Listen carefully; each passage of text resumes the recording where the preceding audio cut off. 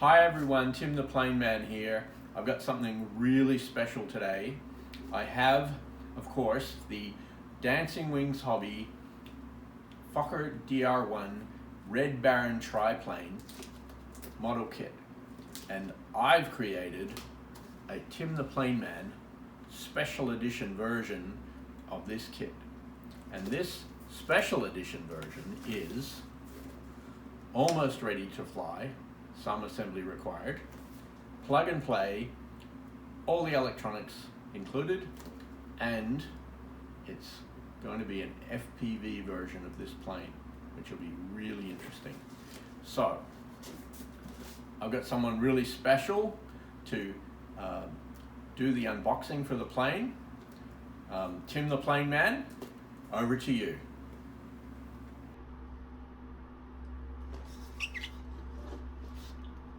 Well, look what we've got here.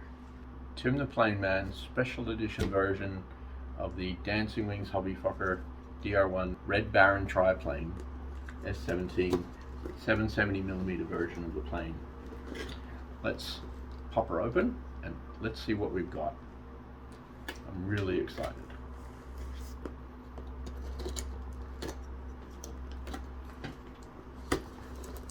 So, well, looking inside the box, we've got some red. There's a lot of red in here. We've got ailerons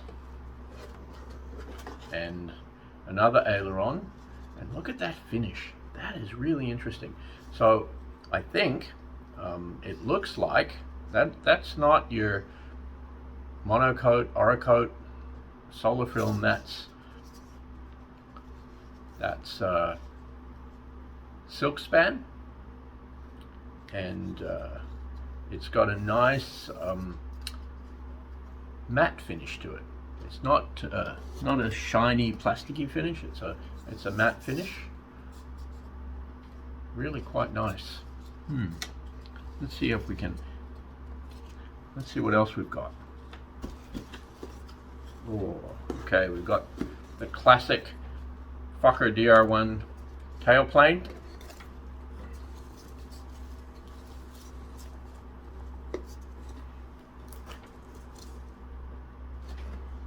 Look at that. Really quite nice. Now, one thing I guess about this, some assembly required. I am going to have to obviously put the hinges haven't been fitted, so that's something for me to do. That's okay. I think given all of the work that's gone on to making that look like that, I think I don't mind that much. It's just fine. Let's see what else we've got. Okay, well, we've got wings. Oh, before we go with wings, let's just do the tailplane. Here, the horizontal vertical stabilizer / rudder, because on the Fokker DR1 there's no stable part. All right, the whole thing moves. It's like the false or the Eindecker. The whole thing moves. There'll be again hinges that I'll need to install in here, and that's white. And interestingly, it's got the Iron Cross version of the First World War's insignia of the German Air Forces. The Germans used two different versions of the Black Cross. There was a more square version that was only introduced in 1918, in the last year of the war, and then this Iron Cross version was used in many of the earlier planes. Oh, okay, we've got an upper wing. That looks pretty nice. That finish is really quite, that's really come out really well. If I was Tim the Plane Man, I'd be pretty pleased about that. That looks really very nice. The decal for the red cross at the top looks quite nice, and what we have is already installed servos. So the wire comes out here, the servo is installed. There's 4 screws, so that servo can be removed and come out if it needs to, but it's pre-centered, ready to go, ready to have the servo arm connected. Again, there'll need to be hinges installed. Let's see if we've got the right aileron here. So the aileron goes on there like that.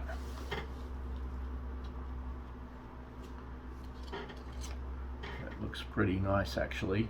It's a full wing aileron. It's interesting. I'm pretty sure that's not scaled. I think the real aileron maybe didn't go quite all the way, but that's the way they built this kit, and it's not such a bad thing. We've got more wings. One thing about a triplane, there's a lot of wings. So here we have, this is the bottom wing. This is one of the bottom wings. And on this bottom wing we have a black cross on this side. Again, we've got the same silk span covering with the matte finish. It looks really, really nice. Let's leave a little bit of room here for a middle wing, because I think there's going to be a middle wing coming up soon. But we also have the other, or the matching bottom wing. Oh, and I'll show you this one. This is interesting too. So what Tim the Plane Man has decided to do with the two bottom wings is they're finished slightly differently. It's quite likely from looking at the historical information that this version with the white stripe and the red most likely was more correct. But I think that what Tim the Plane Man did with this is made sure that when flying a plane, you've got a way to distinguish between left and right. So a white on the left and a red and white on the right should give a good way to see which way the plane is flying. But for now, all we need to know is that we've got two bottom wings fully finished, and here we come with the middle wing. So this wing will is the cutout where the pilot's area will be here on the plane. I guess we'll see that in a minute. So this is that's the middle wing. So I'll put that one in there. It goes in the middle there, and have another middle wing. Like I said, there's a lot of wings in a plane like this, but wow, that is a really nice finish. That's really come out beautifully. Look at that. That is really, really nice. And I look forward to seeing how this plane all comes together. And we of course have one more upper wing here. And again, the upper wing has the servo installed with the servo wire connector. I'm going to be careful about how I put this down because I don't want to have that little servo arm here poke a hole in the other part of the plane. So I'm actually going to put that upside down over there, and that will be, that would be where the other aileron goes on there. So let's see what else we've got. What have we got in here?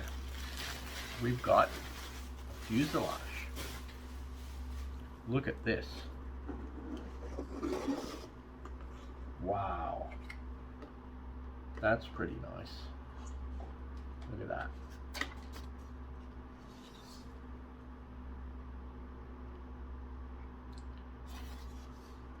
Look at that fuselage. So the same silk span matte finish, the same iron crosses on the fuselage. What we also have is, well, we've got a whole bunch of electronics. This is actually quite heavy, and let's see if I can show you everything that we've got. Well, what we also have is we have a fake engine on the front, but we also have a real motor already installed in the front of the plane with wires going inside the fuselage here. Let's see if I can make sure that you can see that. There's the wires going into the fuselage, and we'll poke around inside there in a second and have a look. But the motor is installed, and interestingly, Tim the Plane Man has put an extra little washer in here just to give it a little bit of extra right thrust, down thrust. There's already some that comes with the plane, because this little box that is part of the Dancing Wings hobby kit is also is actually pre-built. It's not square. It's actually deliberately out of square, so that it's got down thrust and right thrust built into the model, and with just a little bit extra because of that washer there. So we've got that, and then what we have inside, I don't know if you can see that very clearly. I'm just trying and get some light on here. Actually, is in here.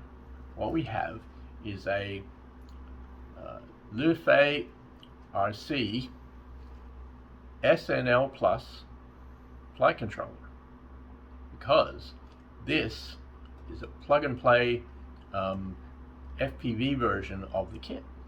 So another little thing about this one is there's a removable hatch. I'm pretty sure that's not original. I think Tim the Plane Man built the hatch, and so if that hatch comes out, what we can do is we can have a look inside the plane and we can see what's going on inside. That's actually a little easier to see right there, isn't it? I think so. Here we have the flight controller. Here we have elevator and rudder servos already connected with the wires going to the back of the plane here, and we've got power cables going under the plane as well. So let's also, I'll just put this back on and I'll turn the plane over and have a look at the underside. But that hatch actually clicks in nicely, and I don't think that's going to come out by mistake. I notice from Cliff Harvey's build of the larger DR1 that he's also doing at the same time, that I've actually put this on backwards, because Cliff put his on backwards and he caught it in time and fixed it and put it on the right way up. So technically that should be the other way around, but you know, I built the whole hatch the wrong way around, so it doesn't quite fit. So this is going to be the way it's going to be, which I actually don't think is that bad. It's actually quite nice.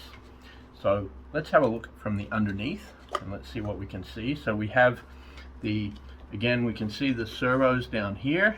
We can see the two wires, which is the power wire and the ESC connection, which is actually already plugged in to the ESC that leads to the flight controller here. And this is the battery hatch. So the battery hatch comes out. The battery will actually fit in here.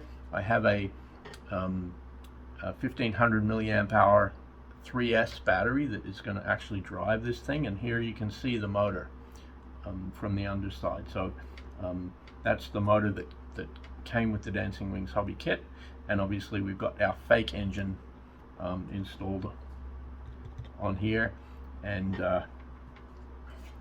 that hatch will have some hooks, some clips that clip in to hold it in place. So everything is pre-installed, and actually there's even something else in here, I think.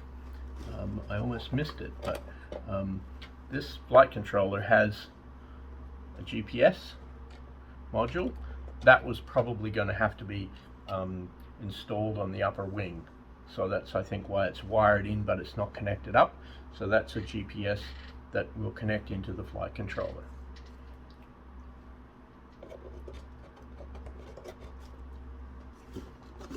So there we have the plane with all of its wings, with the control surfaces and everything like that. And well, that's not all. What else is there? Let's see what we've got in the box.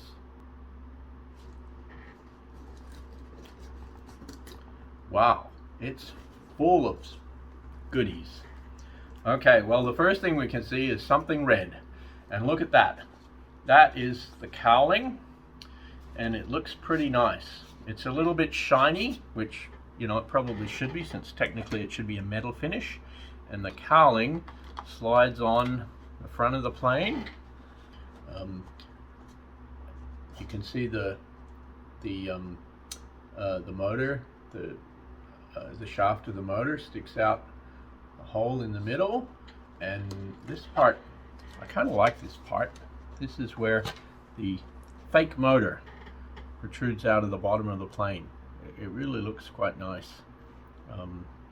And so you know, that cowling obviously is a little, it needs to be screwed in. In fact, there are screws to hold it permanently in place, which I won't actually put on until we put the propeller on. And well, let's see what else we've got in the box, because hopefully we've got some other bits and pieces, including maybe a propeller. Let's see what we shall see. Well, look at this. Here we have fully functional, fully assembled landing gear, undercarriage. So that's got the little fourth wing of the Fokker. It's got the Dancing Wings wheels mounted here with some nice black on the outside. There's one thing that I'm not a big fan of, what Tim the Plane Man's done here. The inside is just the plain wood, it hasn't been painted. I'm thinking that maybe I'm going to paint that. I'm not sure if I'll do black or maybe red. And so I don't know. Let me know what you think. Should I paint the inside of the wheels? Should I paint them black? Should I paint them red? Add comments below. Let me know what you think. I'll be very, very interested in your thoughts. Oh, and the only other thing I wanted to say about this is, if you can see in the top here, that undercarriage is actually sprung with some springs mounted in here, and the springs came in the kit. And by not gluing it, there's actually a bit of give here in the undercarriage, so that it will actually give a little bit of spring or you know, give when it hits the ground. So there we go. That's nice. Now that undercarriage will clip into some clips. There's a slot that goes in on the bottom of the plane here, and two clips that go under the cowling there. I'll be assembling this, and I'll show you how that all looks later. So what else have we got? Well, of course, there's your standard Dancing Wings Hobby assembly instructions. I think that, you know, most of this I don't really have to worry about, but some of the last pieces about putting the plane together, where the center of gravity needs to be, which is, center of gravity is pretty much right here at the leading edge of the bottom wing. So that will be, let me get that back on, because it just looks so much nicer if that's in place. There we go. And I'll be following the rest of those instructions to put the plane together. There's your standard Dancing Wings Hobby instruction leaflet. What else have we got? What other kind of goodies have we got in here? Okay, well, okay, so we have the standard propeller that came with the model kit, but I tell you what else. I got this from Dancing Wings Hobby. Dancing Wings Hobby sells these beautiful wooden propellers, and so this is an 8x4 and this is an 8x4, but I don't know what you think, but I think this will look much nicer on the front of a World War I warplane like the Fokker DR1. So I'm going to be using this wooden 8x4 prop unless and until I break it, and this will be the backup. We've got, of course, your obligatory pieces of carbon fiber, and I've got a feeling that there might be some additional pieces. Nothing special there. Now what we have here, this is the box for the flight controller. So this is the, like I said, the FPV RC, so Fly Happy SNL Plus. So this the FPV RC SNL Plus will go into the Dancing Wings Hobby Dancing Wings, and I think it kind of fits together nicely. So that's the flight controller that will be providing, you know, stabilization, which I'm kind of looking forward to making my first flight on this plane, but I really feel like I'm going to need a little bit of help to make sure that I don't make a mess of it. This is my help. It's going to give me stabilization, but it also has built-in camera and OSD capability. So here is the camera, and the wiring is actually already wired up and ready to plug into the little camera slot and the top of the flight controller. So this camera here, this is my cunning plan, is basically going to mount here where the pilot goes. Now, as you can see, that seems like it'll be a little bit low, and you're not going to see very much if the camera's mounted down there. So guess what else we've got in the kit? We have here a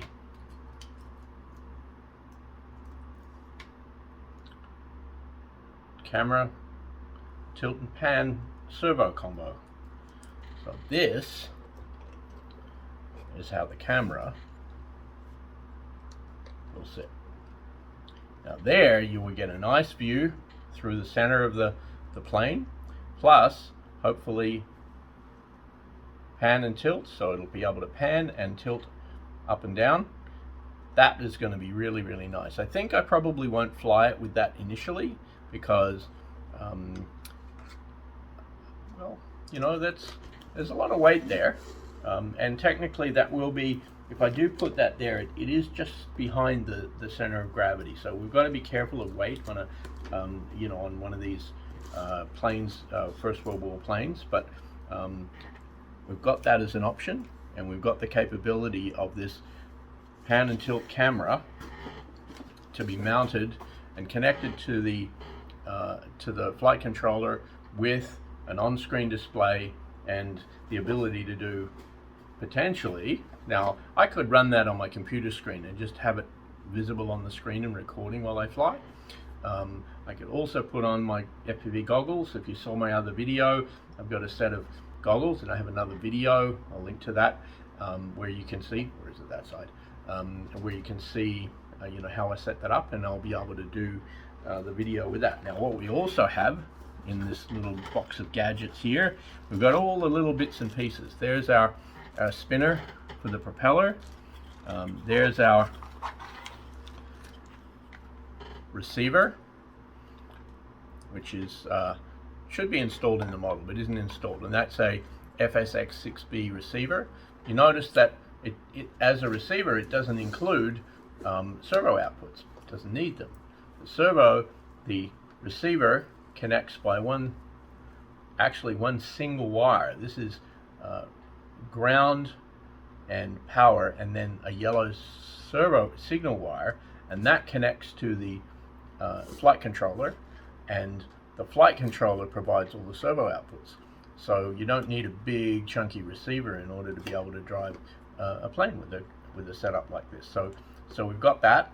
I also will be using a splitter on the ailerons, so one aileron output here, and that's the splitter cable for that. And what else have we got in our box of gadgets here? The last little thing is, well, actually we can see it in here. This is the radio transmitter for the on-screen display. So the camera connects to the flight controller. The flight controller will connect to this transmitter. I'll probably mount this on the underside of the plane, and that's the special transmitter on the plane that transmits the OSD and the camera signal back to the ground. So that will actually go nicely on the underside of the plane. Ideally, I'll probably want to try and mount that fairly far forward, but I don't want to go too close to the ESC and the other power electronics. So it'll be down underneath. It's not really very heavy. So that is just another little bit of the gadgetry that we've got here. I think that covers everything in those little boxes. What else have we got here? We have all of the leftover bits And the things that I'll need to put this together, including, well, we've got some guns. So there's our two guns that will be mounted on the top of the plane. Now that's not, you know, properly mounted, of course, because they actually the top wing needs to go on here first. So the top wing will go in, and then the guns will go on top of those, like that. On here, there's some of the leftover from the cutouts for the wheels, but also that's how these are the little mounting brackets for the hatch underneath, which I showed you earlier, the little hook. And we have also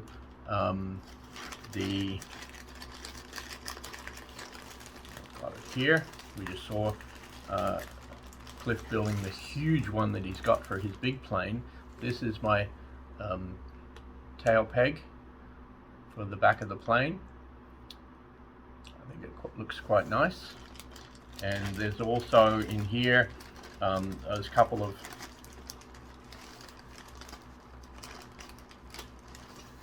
.3.8mm carbon fiber rods that actually act as the joins or the braces that connect the two wings together. So those will go into those little slots here and enable the two wings to go together. And then lastly, well, maybe not quite lastly, there's a whole bunch of little bits and pieces in here. There's the tiny little servo rods for the aileron servos. There's also some little plastic, some other little pieces like this, if I can find it here. Maybe see if I can get that a little out of the way. I'll put this over here so I can show you all the bits. Make sure I get everything. There's the provided hinges, and I'm going to need to provide a couple more, that's okay. We've got servo connectors, we've got screws, we've got more screws, we've got another one of our 3.8mm carbon fiber rods, and another one, and we've got our tail wheel. Oh, and this is the piece that I was looking for. We have here our control horns. So there's 4 control horns that are made of the same, I'm not sure if it's carbon fiber or plastic, but they're basically 1, 2, 3, 4 pre-carved into this little piece of plastic. So 1, 2, the 2 top wings, and then 3, 4 for the rudder and the elevator. So that's all of those. Is there any more? Well, not really. We have a couple of bits and pieces here. We have our struts. Now these struts are interesting because these are actually aluminium. So what Tim the Plane Man has done is painted them red. They could have been painted maybe black. There's some that seem to be black, and a lot of the black and white footage from the old days you can't really tell, but it seems like maybe they might have been black. They might have been brown, they might have been wooden, because they probably were originally built of wood, and so they could have been wooden. Tim the Plane Man has chosen what many people do, which is make the struts red. So these are the struts, which are, there's 2 struts that go to the outer wings like that, and then there's 4 of them that connect the top wing here, and there's little slots in here in the side of the plane where those go. So there should be 1 extra piece. There is. The good thing about these is, even though they may not be bent exactly as they need to be, they're aluminium, so they can easily be bent almost by hand, but definitely with just a pair of pliers you can bend them to whatever shape they need to be so that the wings line up.